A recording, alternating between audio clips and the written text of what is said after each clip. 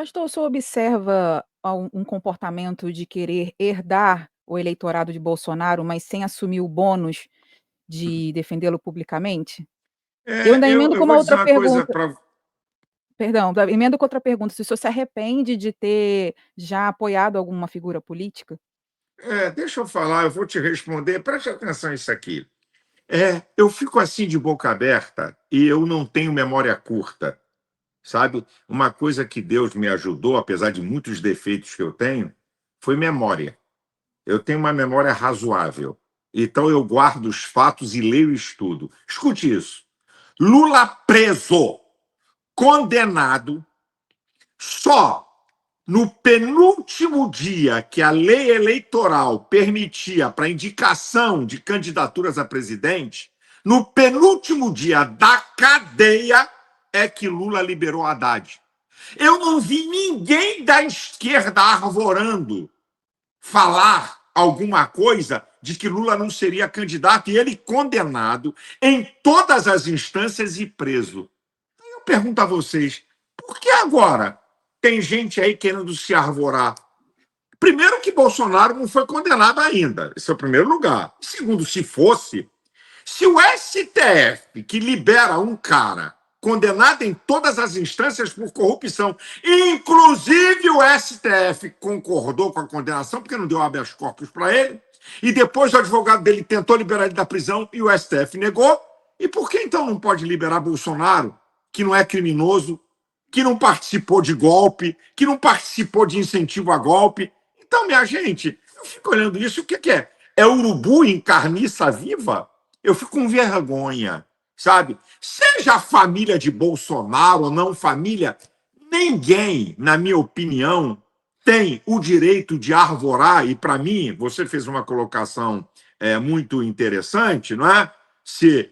Por quê? E por que essas pessoas estão, né, arvorando, querem o bônus, mas não querem o ônus, e eles não têm que querer nada.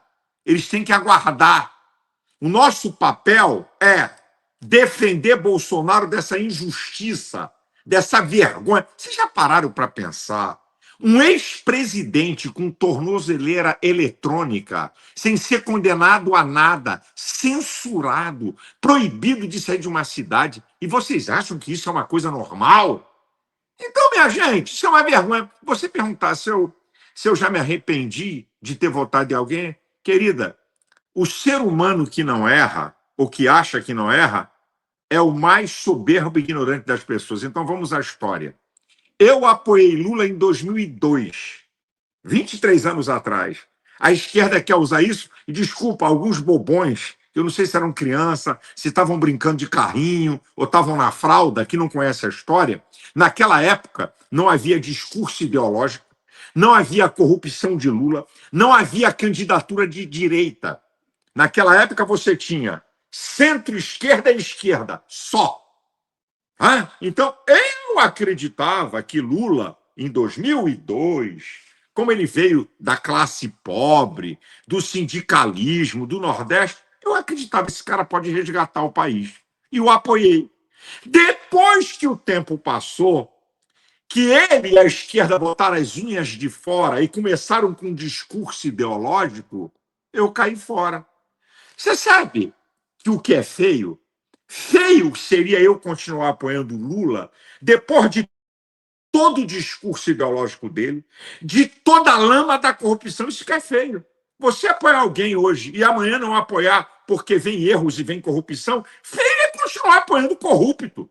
Feio é você continuar apoiando alguém que mostra quem é. Então, em 2002, não havia, repito, discurso ideológico de costumes, não havia, não tinha isso. Não havia discurso contra a família, não tinha isso. Contra a pátria, não tinha isso. Não havia nenhuma vírgula de questão de corrupção de Lula, ele era sindicalista. Então, eu apoiei gente errada, apoiei ele.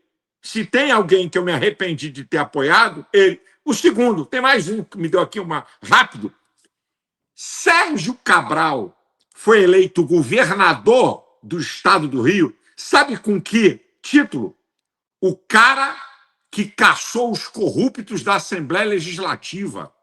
O cara que derrubou altos salários da Assembleia Legislativa. Ele foi reeleito sem concorrente, de tanto prestígio que tinha. E eu apoiei Sérgio Cabral. Agora, depois veio toda a lama da corrupção.